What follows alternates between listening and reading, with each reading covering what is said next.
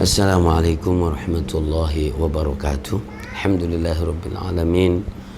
Wassalatu wassalamu ala asyrafil anbiya'i wal mursalin sayyidina wa nabiyyina Muhammad wa ala alihi washabihi ajma'in. Amma ba'du, saudaraku semuanya, para pemirsa, para penonton, warga masyarakat dan bangsa Indonesia yang berbahagia. Doa kita semuanya untuk kita semoga diberikan kesehatan oleh Allah Subhanahu wa taala, jasmani dan rohani, diselamatkan oleh Allah Subhanahu wa taala dari segala macam kesulitan dan penyakit, cobaan dan corona, dimudahkan urusan oleh Allah Subhanahu wa taala dan sukses serta berkah, amin ya rabbal alamin. Saudaraku, pada kesempatan kali ini catatan harian menyorot surat Yunus, karena hari ini tanggal 11 Muharram, yaitu surat Yunus ayat yang keberapa itu? Ya, 107 ya. Allah berfirman, wa iyamsaskallahu bidurrin fala kashifa lahu illa hu wa yuridka bi khairin fala radda li fadlih yusibu bihi man yasha'u min ibadihi wa huwal ghafurur rahim.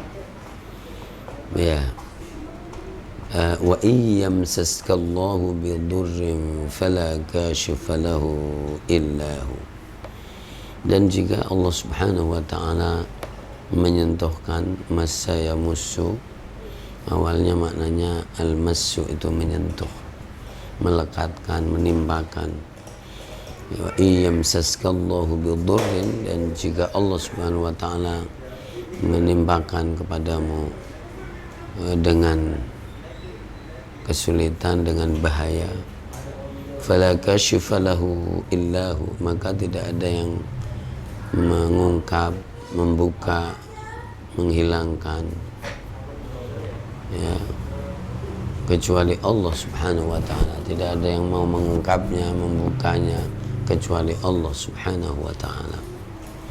Wa yuridka bi khairin fala radda li fadlih, dan jika Allah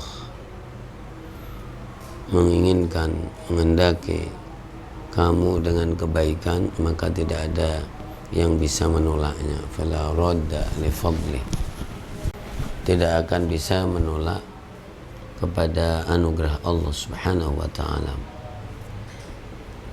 Yusibu bihi man yasha'u min ibadi, Allah Subhanahu wa ta'ala memberi bagian, memberi musibah, ya kan, siapa saja yang Allah kehendaki.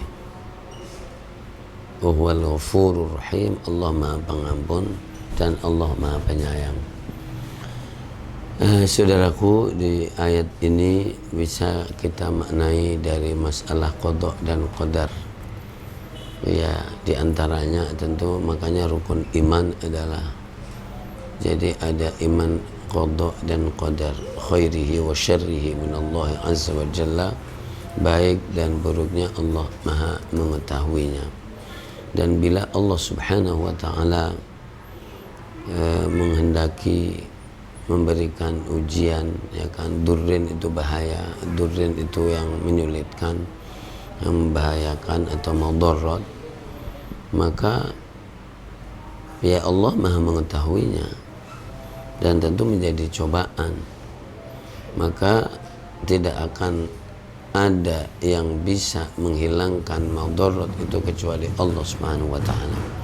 Dan di sini ada dua hal. Yang pertama adalah masalah fi'lullah yang tadi, qada dan qadar tadi. Yang kedua adalah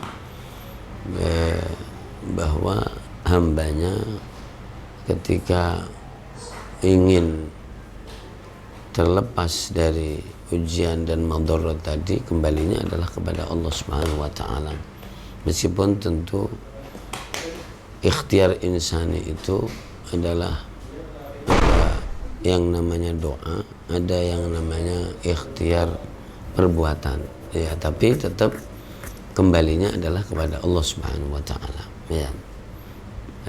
Kemudian begitu juga kalau Allah memberikan anugerah, memberikan kebaikan, maka juga tidak ada yang bisa menolak anugerah itu dan kebaikan itu supaya tidak sampai kepada orang tersebut, ya. Allah Maha Pengampun dan Allah Maha Penyayang. Ada di banyak, ya, hampirlah beberapa ayat yang seperti ini, di antaranya di surat Fatir, ya, surat yang ke-35 ayat yang kedua, ya. Ma yaftahillahu linnasi min rahmatin fala mumsika laha wa ma yumsik fala mursila lahu min ba'dih wa huwal ghafurur rahim, ya. Apa yang dibuka oleh Allah untuk kamu dari rahmat kasih sayang, ma yaftahillahu linnasi min rahmah, ya kan, kasih sayang, fala mumsika lahu illahu, maka tidak ada yang menahan, yang bisa menahan kecuali Allah Subhanahu wa taala, ya. Ma yaftahillah linnasi min rahmatin fala mumsika lahu wa ma yumsik, dan apa saja yang ditahan oleh Allah Subhanahu wa taala dari manusia, maka juga tidak ada yang bisa menyampaikan kepada manusia kecuali Allah Subhanahu wa taala. Dalam wiridan saya suka Allah mani'a lima a'taita wa la mu'tiya lima mana'ta wa la radda lima qadaita wa la yanfa'u dzal jaddi minkal jaddu. La mani'a lima a'taita, tidak ada yang bisa menahan kepada apa yang engkau berikan, wala mu'tiya lima mana'ta, dan tidak ada kekuatan yang bisa memberikan kepada apa yang engkau tahan, ya, bisa, ya. Jadi ini semuanya isbat al-qada wal qadar, ya kan, bahwa memastikan adanya qada dan qadar. Yang kedua, segala sesuatu adalah kembalinya kepada Allah Subhanahu wa taala. Ikhtiar insani wajib hukumnya, makanya disuruh beramal. Kayak orang beribadah itu namanya beramal. Beramal karena melaksanakan perintah Allah Subhanahu wa taala. Nah, terkait dengan pahala, terkait dengan kebaikan, maka kemudian manusia berikhtiar, beramal, berbuat, ya, melaksanakan sebab, dan dengan sebab itu maka Allah Subhanahu wa taala memberikan pahala, dan bila dia ikhlas, tulus, maka Allah meridhoinya dan Allah menerimanya. Dan bila tidak ridho, tidak tulus, tidak ikhlas, maka ya meskipun amalnya itu baik, maka Allah tidak menerima dan tidak meridhoinya. Nah, karena harus tulus dan harus karena Allah Subhanahu wa ta'ala, ya. Jadi ada quwwatul itsbat wa quwwatul man, artinya jadi kekuatan untuk bersifat positif, yaitu menetapkan, memberi, ya kan, mengistijabah, dan ada sifat yang menolak, namanya negatif, ya kan, nolak. Nah, di mana letaknya firman Allah Ghafurur Rahim? Allah itu Maha Pengampun dan Maha Penyayang. Pengampunnya Allah Subhanahu wa taala, kadang manusia mempunyai prasangka yang tidak baik pada Allah Subhanahu wa taala, ya. Mempunyai prasangka karena apa? Kadang-kadang juga dikaitkan kayak seakan-akan ketika sudah berikhtiar itu memastikan harus jadi mendapat pahala atau berhasil, ya, ya begitu. Padahal di situ ada syaratnya, ada perangkatnya. Kalau memenuhi syarat, perangkat, dan kemudian ikhlas, ya pastilah. Tapi kalau tidak, ya secara konsep sendiri adalah tertolak. Nah, begitu. Ya.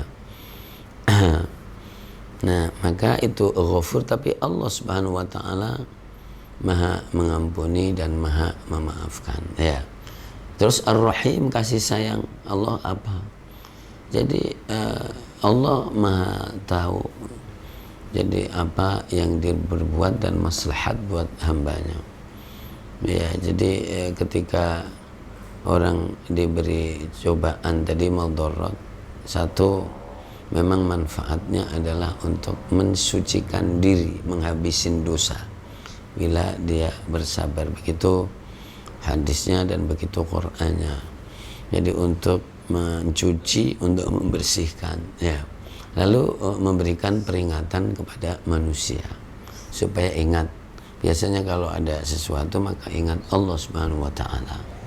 Ya, kalau enggak lengah-lengah aja, ya, mengingatkan. Jadi membersihkan, kemudian jadi mengingatkan. Yang ketiga, bisa untuk menaikkan derajat, ya kan, karena ketika orang itu memang orang baik, orang yang istiqomah, tapi ternyata dia berikan jadi beban dan kesulitan oleh Allah, maka jadi dia sabar, dia tahan, dia kuat, dia ihtisab kepada Allah. Ihtisab itu mengetahui dan menghitung kepada Allah, maka dia naik derajatnya. Dan itulah para nabi dan para utusan Allah Subhanahu wa taala.